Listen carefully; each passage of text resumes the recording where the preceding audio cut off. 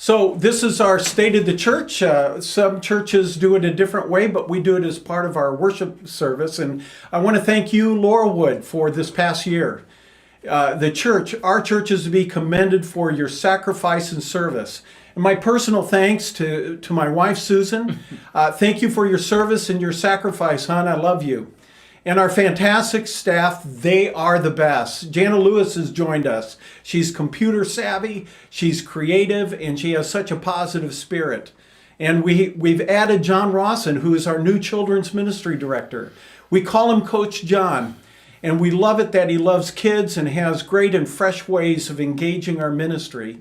And Luke is our tech-savvy youth pastor. I so appreciate him. He's just been a rock in all of this. And Kevin, I just love you. You're flexible, you're a creative worship pastor, and you lead us into the presence of the Lord.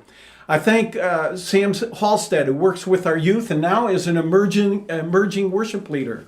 And Debbie, you are our anchor in the office. Yes. Both in the office and as a bookkeeper, your attention to detail, you make sure that we do things right. Mm-hmm. And a big shout out to Steve Jones for his blankets, for his shop lights, and his sound experience. And the seat clamps, one of which I ran into, but holding up the blankets in our green room. Thank you, thank you. And for our incredible elders, thank you for your service and sacrifice.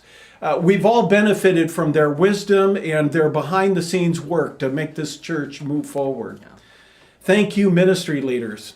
You oversee our ministries, and you're moving our ministry from being leaders doing the ministry to empowering people to do the work of ministry. Mm-hmm. Now, I want you to know that 2 years ago, we began a series of meetings on a book called Shift, to look at the role of parents as the primary disciple makers and what the role of the church is in creating new and emerging disciples for Christ. So we changed our vision from disciples of Christ making disciples for Christ to just simply this, following Jesus together. We want to focus on how we make disciples of all ages and how we do that intergenerationally.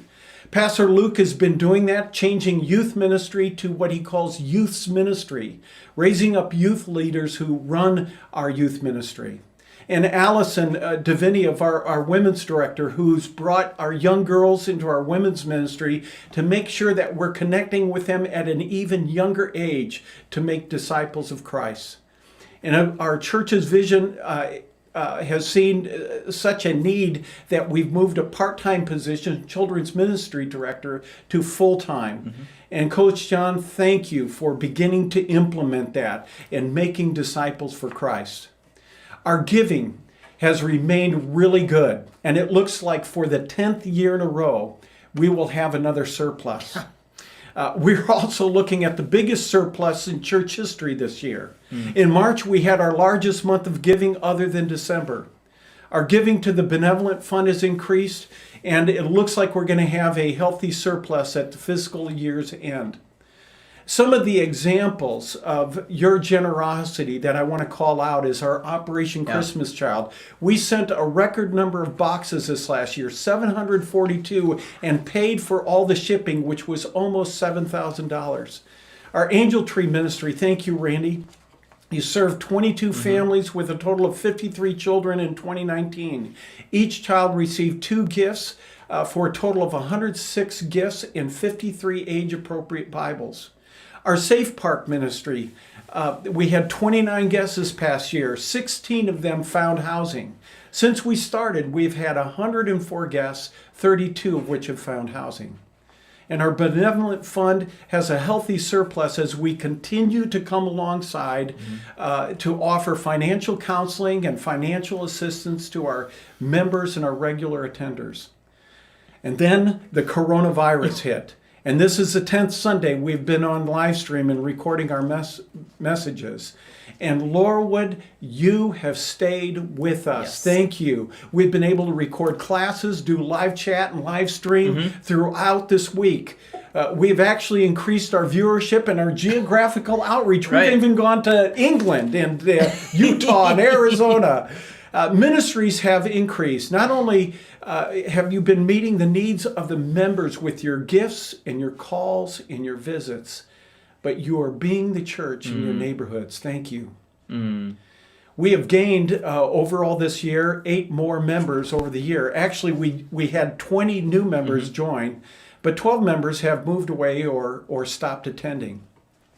We even have 3 people right now who want to join the church during the pandemic. And we'll get to that as we settle down a little bit and get back together again. But one area of concern I want to bring up to our attention is that we had no baptisms this last fiscal year.